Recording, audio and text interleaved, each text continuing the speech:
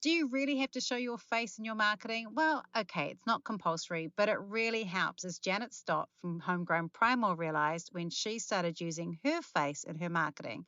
She had worked out when she started her business that she wasn't going to do it because she was a lot older and a different gender to most people in her industry. But now she's found that that was her secret weapon. I am your host, Rachel Klaver of Map It Marketing, a small business marketing podcast designed to help you become more confident in your marketing.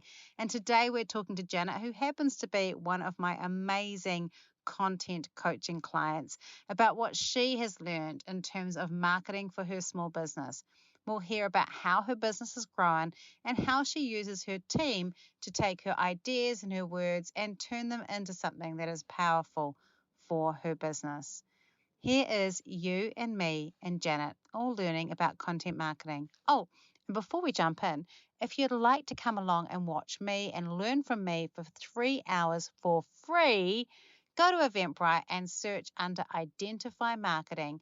You can book either an online webinar or come in person around a place around New Zealand. I'm coming to all sorts of places. So come along, be part of it. I'd love to work with you on that time and work and help you with your content. So come along. I'd love to see you. Right. Let's get back to Janet and Homegrown Primal and why she learned the power of her face.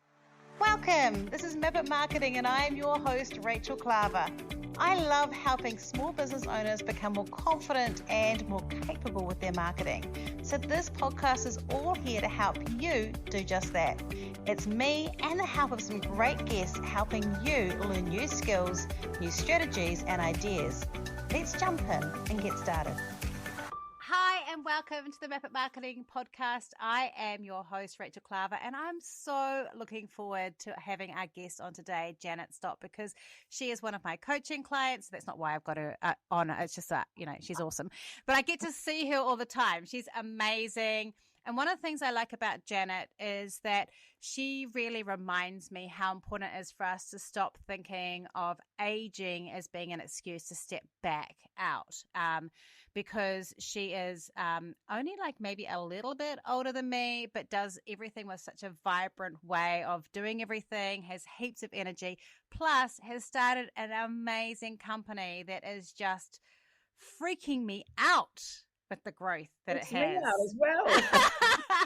Also, I'm really excited because we were talking before, she might not talk about it today, but she's also just released a new line that's for dogs. And I have 2 dogs who are very well loved, and she just sent me some for me to try. So I'm super excited about that. I don't have time to talk about it, but I love her hardworking, how she's found this niche. And we're going to talk to her today about how she's made peace with being the face of the business and how she kind of makes it happen. So welcome to the show, Janet. Oh, thank you, honey. It's so I really lovely. appreciate that you've given me some airspace on your very precious marketing. Of course I would. Of course I would.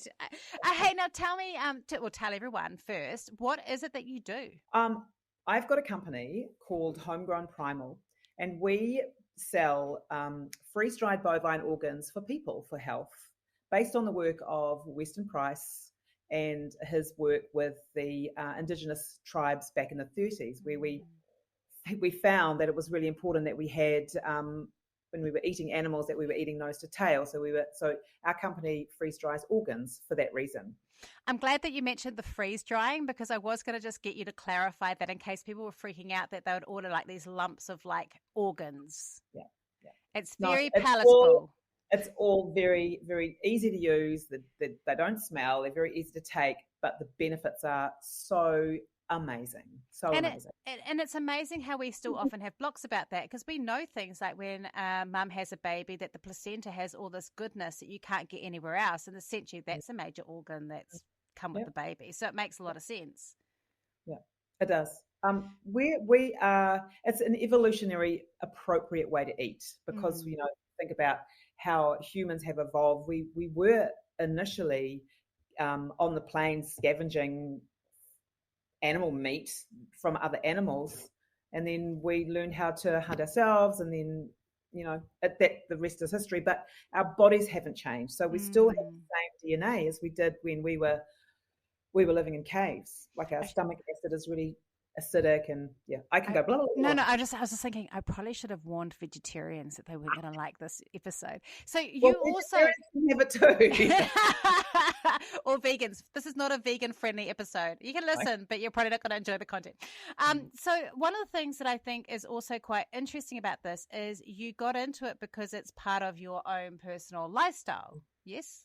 Yes, yeah. My partner and I were keto for quite a while. When I turned 55, might have been early 50s, I decided that I wanted to really sharpen up my diet. Yes. So that because I'm from a long line of long living women, right? Yeah. So the women in my family live into their 90s, and I wanted to be complete radical. I didn't want any degenerative diseases, autoimmune diseases, all those things that happen as we age.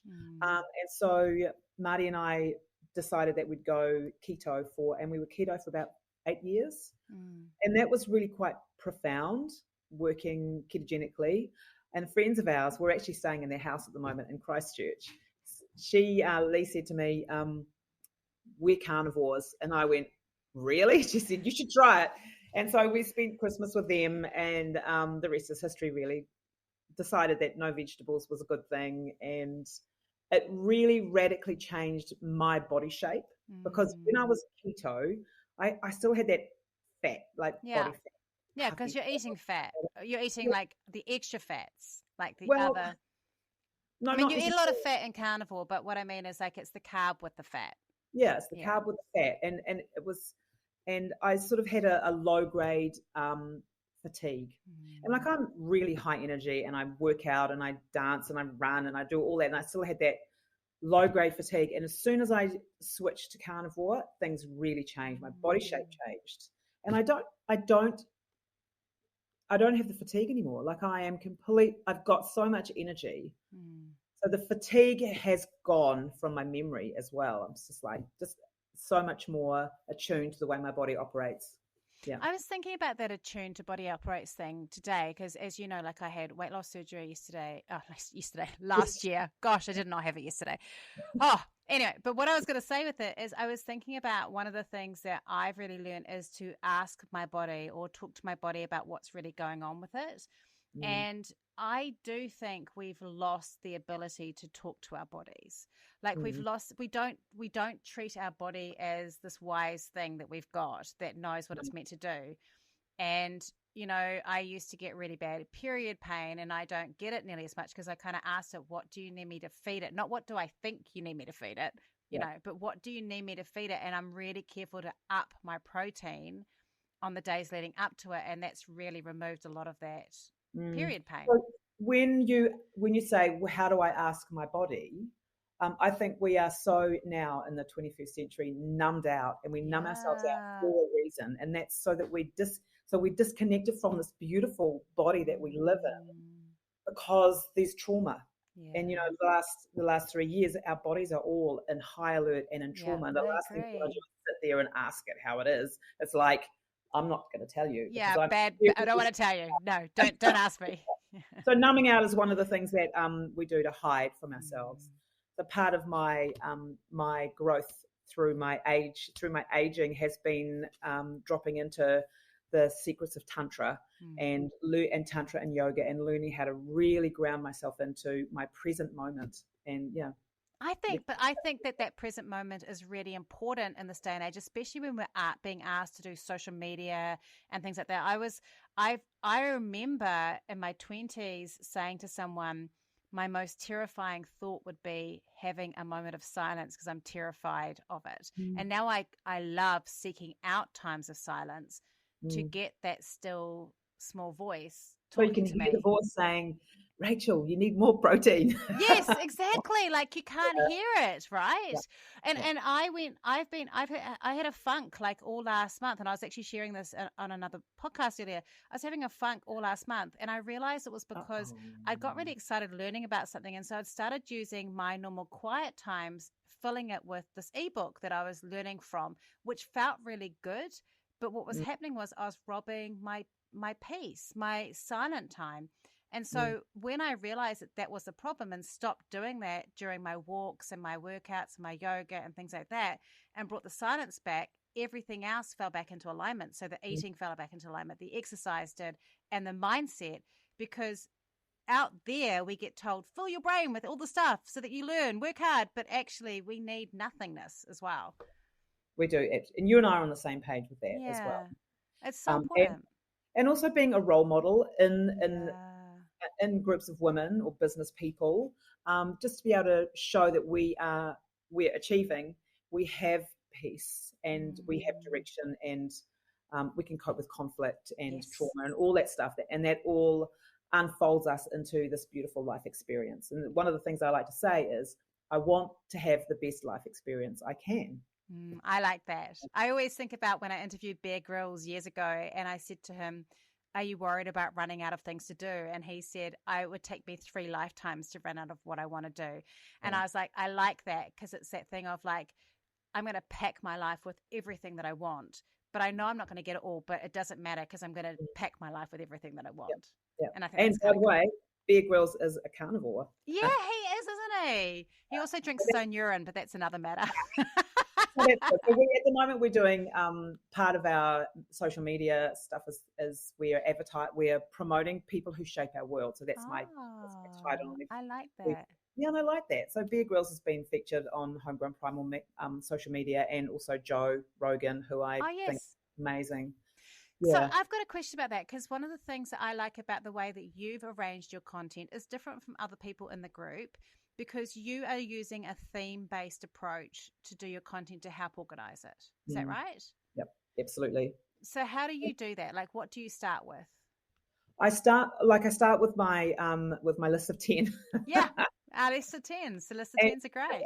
If I put Homegrown Primal in the middle, and I think about all the things that we, all the areas that we can affect, so that's health, and that's also regenerative agriculture. And then I go into regen agriculture and go, okay, so who's a voice in that space that I can promote? And so all these legs off the center of the wheel give me lots of ideas. Oh wait, like a spider's web? Yeah, probably. Okay, so you do that. So you spend quite a lot of time. You write these beautiful, big, quite detailed blogs, which is really good. Do you then create all the other content, or are you getting help to do some of the other content from it? So I'm probably the captain. Yes. And I give everyone else jobs to do. And delegation has been one of the things that I've learned how to do. Well, I'm learning how to do, because I'm very much would rather do it myself. So that's part of my learning, is just to offload some work. Me too. And I have we have in the team, I've got a woman who Sarah, who does all our labels and does all our graphics for socials. And I have a Ben who runs our back end of the website, all the ad targeting. And we've just taken on a woman in Australia who is doing some TikToks. And yay! So it's pretty exciting. And like I just love the fact that we are growing as a team, and that Homegrown Primal started slowly so that we could manage our inputs and our stock, and also our finance, our the way the money rolls. And yeah, it's growing exponentially, and it's beautiful. We're a really good team. I do want to share around that, because it's kind of an ongoing theme for me in lots of podcasts at the moment, and it's in my own life. I know that for lots of us, we often want, when our business grows, we want it to go out with this massive bang and be massively successful as soon as it goes out. But actually, the best thing for our businesses is for it to start with a slower pace, a manageable pace, to get all those systems right before the growth, isn't it? Because it's a learning curve. Like, I never thought I'd be the face of Homegrown Primal. No, that wasn't the plan. On social media at all. Like, it's like, I've got this idea. This is what I want to do. Let's get other people to do it. And I think when I first met you, my motivation was to find someone who could do all that for me. And as I've grown through this, I realized that, this is my baby. It's my baby. And we're growing as people while we're doing it. And I'm learning that I actually really like being in front of the camera. And you're great in front of the camera. I think one of the other things that's powerful, and when we talk about point of difference, in your sphere, there aren't that many women doing what you're doing. No. So that makes a difference. Yeah, I think so. And they're all the companies that we kind of follow in the footsteps of are run by men and men who are in the fitness industry, and they have staff, and they're all super young and buff and pretty and You're kind of there, buff though, Janet. yeah, and there I am. Yeah. Like, I've been in the fitness industry since I was 24. I'm now 62. I'm relatively fit and healthy, but I'm not like You're not young. 20. You're not a 22-year-old body. No, No. no. No. I'm a 62-year-old body. You're an amazing 62-year-old body. It's like my mum's 80, and when she went and got like her fitness assessment, she came home and she goes, "Well, I might be 80, but they say that I've got a body of a 60-year-old." Oh, wow. Like, that's winning, right? Yeah, absolutely. And like laying down the foundation for health ongoing is really crucial if you want to live a long, really radical life. And so I'm living proof. And I think that's part of what you've also done in terms of your products. Like, if I think about the product range you have, there's real benefit to having your face and you there, because you're also talking to an audience that may not always feel seen as well, right? Especially like older women. Yeah. We often, like, when you hit menopause, a lot of women feel unseen and unheard and invisible, and they struggle with their weight because menopause, you're supposed to put on weight and lose your sex drive and all that stuff, and it's a myth. You know, if you look after yourself, we should be able to live radically right through until we kiss this earth goodbye. You know. It is a mindset thing though, isn't it? Like, it's like everything. Like, here, if we feel that work is hard, it becomes, if you feel you have to have really, really hard work and put all the hours in to get success, then that is the only way you're going to be able to get that success. If you feel that you're going to work really hard and not see much money from return of it, that is the result that you're going to get. Like, it's like everything, isn't it? Like, if your mindset is, as I age, I'm going to become broken and unwell, and that's just part of the way my life is, that is going to be the path. Yeah, you're just basically willing it to happen. I think having success is subjective. Like, my idea of success isn't your idea of success. No. But, I still, the things that are really important to me are having a fit and healthy, long life. Well, probably they're similar then, because to me, like, I'll often say that to Rod. I'll be like, I want to be climbing up mountains when I'm in my 70s. I want to be out there doing, that's part of why I made so many changes now. Because I was like, I want to be someone who is able to do these things. And I had a list of all this stuff. And I'm like, and I'm not talking about next year. I'm saying 10, 15, 20, 30 years time. Because I've watched my parents positively age, And I think, I like that, positively aging. Well, I think I've decided, because this is pro-aging, but I like positively aging, because it's actually going, what can we do to make changes to get the best out? Because that's what we want, really. And I do think that you're right, that it is hard, if you're the face. There aren't that many faces there are some increasing ones over 40, but if you look over 50, over 60 or 70, they disappear. Yep. So it's powerful. They're in a hurry. Nah, you're not. So what are some things that you have found has been fun in the content creations process that has surprised you? What I have loved is the group cohesion and the support and the friendship that's there. So from the group. Oh, that's really cool. But what about you creating content? Me creating. Okay. Because I've got a favorite for you of something that I loved you doing. Okay. It was when you decided to play around with video, and you did one of you reading a book, sitting on a whole book. So I asked ChatGPT to write a video script for me, and that's what it came up with. That's awesome. Perfect, ChatGPT. I'm enjoying learning so much, Yeah,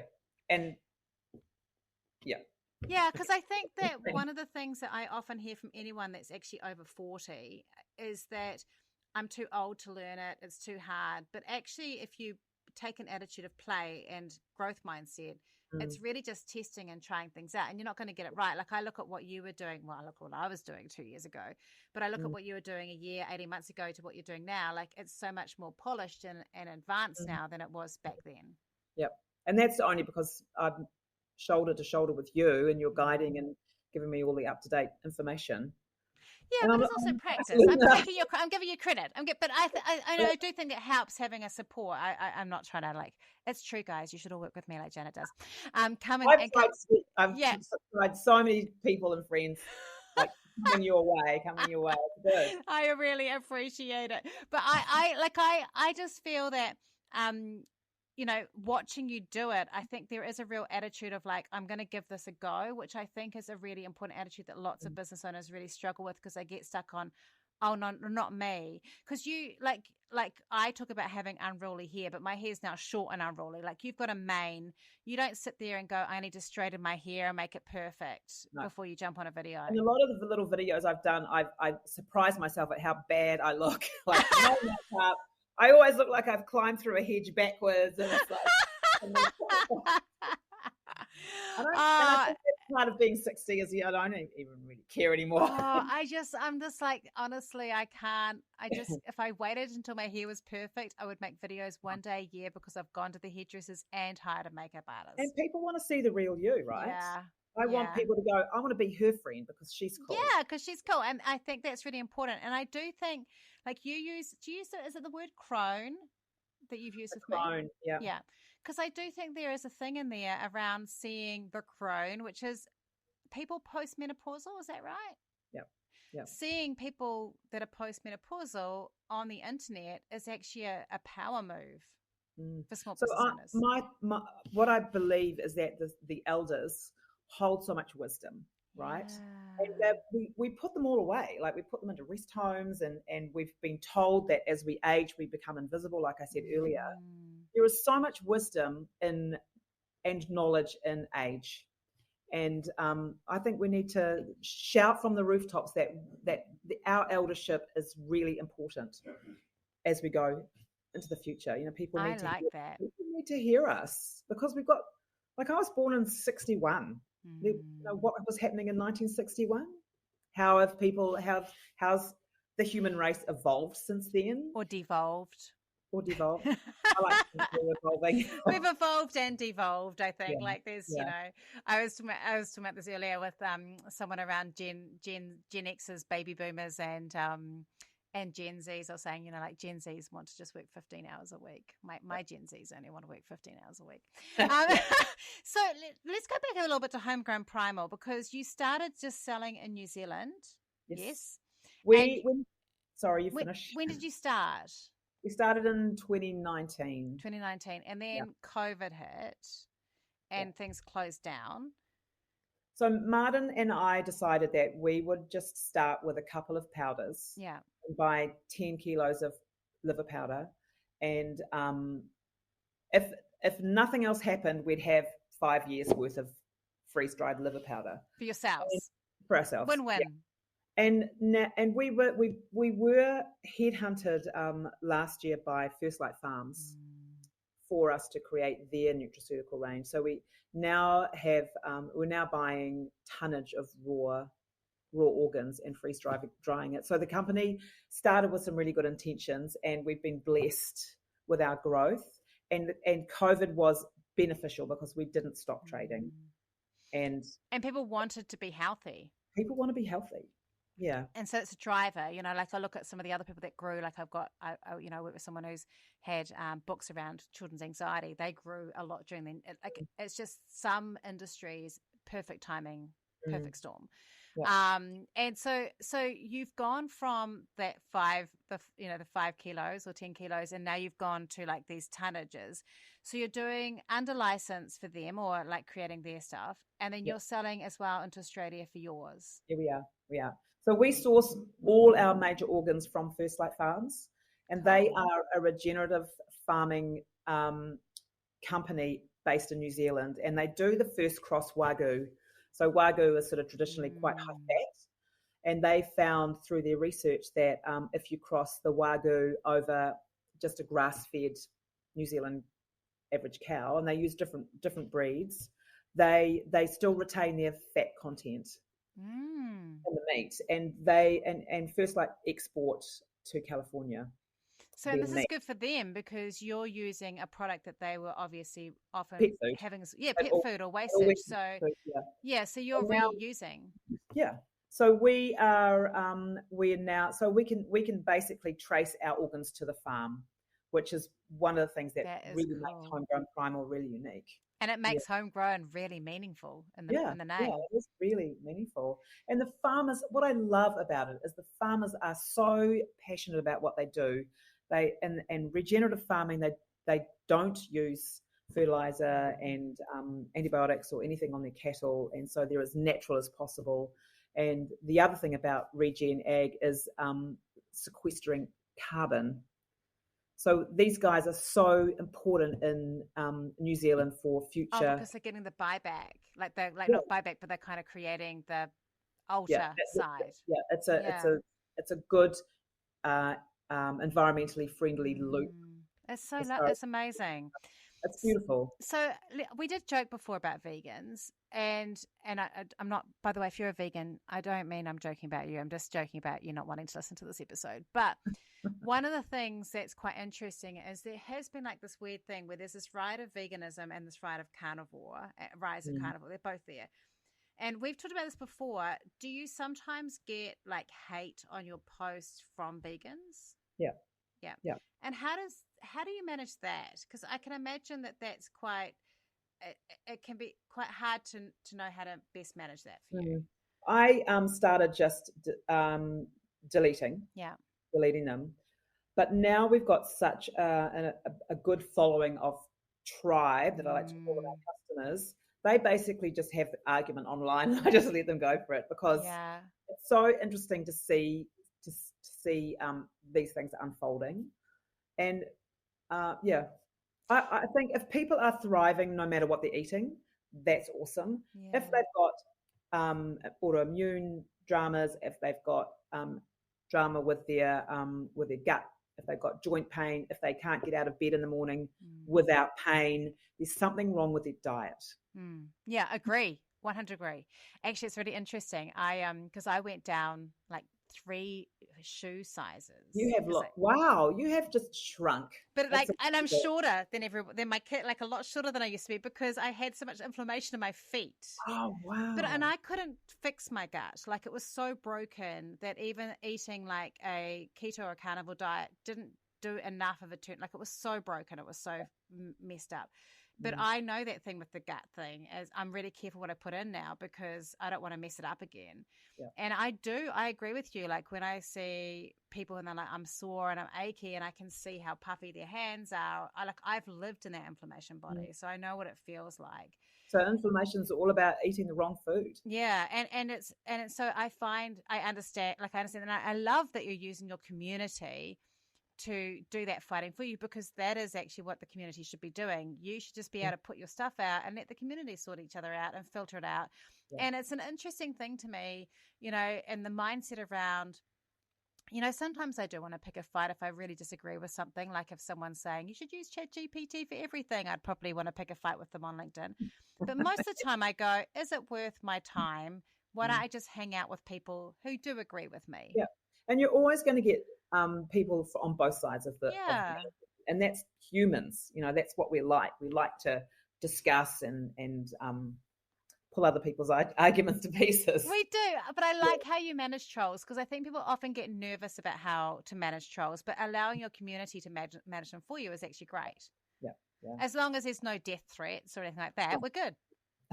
And one thing I love about the community is our repeat customers are doing it because they're getting so many amazing benefits from. Yeah, so they're actually preaching out what they do. Yeah. Have you used influencers? No. Have you? But do you find that your customers are your influencers? That our customers are influencers. Yeah, like are they? Do they influence other people to buy? Do you find that they share? Like, do you get good user-generated content? Have you asked for it? Yeah, because I think that's powerful, isn't it? I think so. What I'm doing in July, and you'll be really impressed with this. Oh, I'm excited. My podcast. Yay! I'm so excited. I'm going to podcast our customers because everyone's stories are so beautiful. That's a cool idea. I just need to get the program organized and reach back out to them for content. But I'm excited because the more we talk about our healing journey, the better. I really like that too, because you can then have a conversation about what products they've used and the impact, and it really helps. Because I think when I go to your website, when I look, because I love supplements, I need to buy some more from you. But when I go to your website, I often get a bit swamped because I want to do everything, like I want to try everything. But when you hear someone, you go, well, this is my story and this is what I was doing and this is what I used, people will see themselves in that. Yeah. It's very personal. Yeah. It's amazing. I even had a woman contact me a while ago, and she said, I'm perimenopausal and my functional practitioner suggested I use kidney because of the histamine sort of leveling out ingredients that it's got in it for my hot flushes. Now, I didn't know that was going to work, but she's been using it really successfully. But our kidney powder, that is super interesting. And obviously, too, these are things that you can't say on Meta and other places. You often can't say in ads because it's going to go against the act around. You can't claim anything. You can't claim anything. So having personal story helps you get around that, not in a cheaty way, but go, this is what someone has learnt, this is what they found, and this has been the result. And I figured, our pots are sort of in the early $50 for a month's worth of trialing. If that's, if you only take it for a month and it doesn't work, it's not a huge expense. Yeah, and it's natural food. Like you're not going to upset any hormone balances or anything because you're just having food. Yeah, you're not doing anything where you're adding like a chemical into your diet. You're literally just adding food, but it's been put in a more palatable way. Yeah. So another thing that I thought was quite interesting was you ship Australia and New Zealand, and then you use America with First Light. So that's how you've gone into America. Is that right? It's their nutraceutical. It's theirs. So it's you. And this was the thing that we talked about, because you were talking about, is it worth doing it when it's not our name? And you went, yeah, it is actually, because this is actually, you don't have to worry about it now. You don't have to sit there and do the marketing into there. You don't have to do those things. It's like having different funnels for the cash flow funnels for your business. And, as long as we remain with our integrity in the marketplace and we communicate with our customers and our subcontractors with integrity, and we're honest and we pay our bills, that is worth a lot. And the good that you're doing from it. Like, I always think that to me, I always applaud people that choose essentially a white label route as part of what they do, because to me, it's kind of like how I used to be a ghostwriter for other people for their books. I love the writing, and I wrote some stuff for myself, but actually when it came down to it, the ego wasn't big enough. The ego wasn't so big that I felt that my name had to be on the front cover. Yeah. And it was the writing that I cared about, and the result that came from the writing. And it's the same with you. What you're saying is, the health is more important. The end result to the customer is more important, not my ego of knowing that they know that it's going to be a homegrown primal product. Yeah. And it makes sense too, as you say, cash injection. So okay, so you've got New Zealand and Australia, and with Australia, so you do social, you do a blog. You do social, you do ads, and you also do email? Yes, do emails as well. And those are how I'm just going to ask you, because I know it's quite often, but I just want everyone to hear. How often would you email your list? We are aiming to email once a week. Excellent. Yeah. And then you also have some automations, don't you? We do. Yeah. Because that's partly that whole thing, isn't it, of getting that community coming back to you again and again. So someone said to me once that you need to be in front of a customer 3 times before they'll make a purchase. I think that was you. Yeah, 7. 7 times. 7 times. So more emails. And so my emails are framed around the theme. Yeah. So whatever you're doing. Yeah. So you frame everything around that, don't you? You have your theme for the month, you do a blog, then your posts are on that theme, and your podcast may even end up being on that theme. Possibly. My stories are like day to day. This is what I'm doing today. This is what I've eaten for dinner. Yeah, which is interesting. Yeah. People love seeing it. Didn't you have a TikTok that went quite viral of your husband just chopping the meat up? Yeah.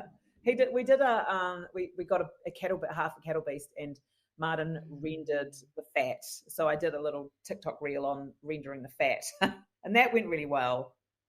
I will say that Rod is very excited about relocating to Canterbury to justify being able to get the half beast in the freezer. Yeah, It's he's exciting. I know, it's the best. It's a beautiful place. It's chilly here at the moment. It's not like bet it is. I bet it is. Well, I think that you've done like a really great job of carving it out. Is there anything that you want to do in content that you're a bit nervous to do yet, or are you okay? Like, do you feel like you're pushing? The only thing I have trouble with is consistency. Yeah, that's hard. I've got whiteboards in my office that have got things that I need to do, and I've got diaries, and I'm still like, what am I doing this week? And so consistency. But you've had some ups and downs, like just moving around and changing cities and things, which causes that, right? Like we have to be kind to ourselves. Yeah. What I have found that's working really well for me, just in case it does for you. So I have the board, but then what I do is under each one, so like podcasts, it will have like a square for each one that I've got to do for the month. And then I do that for every single thing. And then I get to tick off every time one of those squares is done. And that's really helping. Like yesterday, I bladdered through and batched a whole lot of like newsletter content and what I call my deep learning posts, which is like my going deep on something. And I bladdered through a bunch of it and then just went, cool, for the month it's done. That's amazing. But then I relax and then I go and I relax and then I go, oh my God, there's more. There's another month come up. How did that happen? I'm in there with the podcast. Life for me is super busy as well because I've got, we've moved towns and I've got family stuff going on and I've picked up another job because family stuff's going on. And I think that does make it really hard, and that's where it's really important to have those systems with your team to pick up, isn't it? Yeah. So we met with Ben a couple of days ago and he said, I noticed you haven't done much posting on Metrical. Do you want me to pick that up for a while? Oh, what a blessing. It'll be so good. Yes. And actually aware of what's going on. And I definitely think because your blogs have got your voice in it, I definitely think loading the blogs up into ChatGPT and then asking ChatGPT to write write captions using your words and phrases and then getting him to do that and then just getting him to just do that for you and then send them to you just to check would probably be a really good way of doing that. Yeah, that's a good idea. A little bit of coaching on there. Right now. Coaching. Actually, I think I'm gonna announce this on this podcast. I don't know when this one's coming out, but for those of you listening, I've got a new podcast coming out called Confident Content. Didn't say that very confidently. Where I am going to be doing coaching as one of the sessions. I might even get you back. Oh, Janet. please. But yeah, doing a coaching session and doing that as one of the formats that we'll have on that show because I really want to drill down and do more on content marketing. But Janet, so you're saying like don't be afraid of showing up no matter what age you are. Show up because the world needs you. The world does need you, right? My other theory is that everyone has their own specific note and we're a big symphony. We all play this beautiful note and we need each other to make the music. So don't ever hide under anything. Just play your note loudly. Yes, you can use that one, Rachel. I am going to put play your note loudly is going to be the name of the podcast because I think that is so beautiful. I love it because I agree with that. Because my whole thing is that everyone has a spotlight for them on the stage. Everyone's got one, and you just have to jump on the stage to find your spotlight. Like once you're there, but you can't. If you're just watching everyone else's spotlight, you'll never find your own. Like you have to just jump and do it. And I also really, truly believe that it's at first it's going to feel like you're talking to no one, but people do come. You know, the more you show up, people just start to come, and then it becomes like this kind of huge steamroller where it just started, like you've seen with your growth of your business, where you know showing up and doing a great product that's just helped build that momentum, which is amazing. And people consider me to be part of their family, like their online family. It's just lovely. And because are you doing with your stories, like on Instagram, are you sharing like day-to-day stuff? Because that is a really great way to build community. Not every day. But a bit. About my stuff that I do. Yeah. So the personal stuff. We went out for dinner. Every time we go out for dinner, all our friends feed us meat, right? And we went out for dinner because we're in Christchurch at the moment visiting friends, and our gorgeous friend Andrew cooked us a bone broth with beef bones. And so I took some photos and sent it off to Amy to make a reel. And it's just all that stuff. Everything is content. You've got to keep Keep it going. I do think, because I was saying that, I don't work nights and weekends, but the truth is I am creating content at nights and weekends, and I even took one the other day because I was like, I wanted to do a vlog, and I was like, I'm at the supermarket. I was like, oh, if I put my phone up like on the steering wheel, I can do a video of me leaving the car, and then I'll do my shop around the supermarket, adding stuff, and then I'll put the phone back in the car and then walk in. And I was like, that was easy. It didn't really take me any extra time, and it's just sitting there. I don't know what I'm going to do it with, but it's just thinking about how you can create that content on the fly. Yep. So I've absolutely loved this. I think I love play your own note loudly. I think that is such a great way of seeing it. If people want to try your products out, where do they go? Homegrownprimal.co.nz. And we, easy. And what would be a good starter for people if they get there and they go, I really want to give these a go? Like, I know that there's different things for different people, but what do you say is like a good starter thing that people should have? I've probably answered that question 3 times today. Is the liver one? That one there. Boost. Yep. So that's liver, beef liver, regeneratively farmed, and it's full of vitamin B12 and A and choline and copper and zinc and the things that we need so that we are functioning optimally, so that we're feeding our blood and our blood circulating well, and it's creating oxygen, so we've got a whole lot more energy. Yeah. That sounds great. I think I might when I get home, I'm going to order some of that. That sounds perfect because I'm using Barocca, which is evilness compared to that. No. And I know it's the B12 I need. Hey, the other thing I'm just going to say before we wrap up is one of my very favorite things when we were still getting to know each other, I think it was before you started coaching, but it was after we'd worked together, is I remember, I think you were in Waiheke and because you've got your boat and you had gone over and you'd gone to a restaurant and you had been given this meat, but it had a salad. And I remember just very distinctively, That's right. You went, what is this green stuff? Ooh. And you like shoved it off the plate, like onto something else so you could just eat the meat. And I thought, that's hilarious. I did a reel that got like heaps of views as well. And the song was "You're Dead to Me." Yes, it was so hilarious. I thought that was so good because it's living your truth. Yeah. And I think that's the thing is that the thing that makes your brand so authentic is it fits and aligns so well with your life and what you're doing in your life, which makes you the perfect face. Absolutely. I am the perfect face. You are the perfect face. You can take that one. I'm taking Play the Note, and you can take Rachel called me the perfect face. The perfect face. It's been a huge pleasure. Thank you so much, Janet. It's been lovely. Yeah, it's my pleasure too, and thank you. You're very welcome. There are lots of reasons why we choose not to show our faces on our marketing, and often it is about the idea of being the wrong way of looking or being too old or not really embracing the power of who we are. And yes, we don't have to show our faces, but showing our faces in a small business is the fastest way to differentiate ourselves and build a solid community. And that counts these days. So if you're on the fence, do what Janet did and be brave and show your face.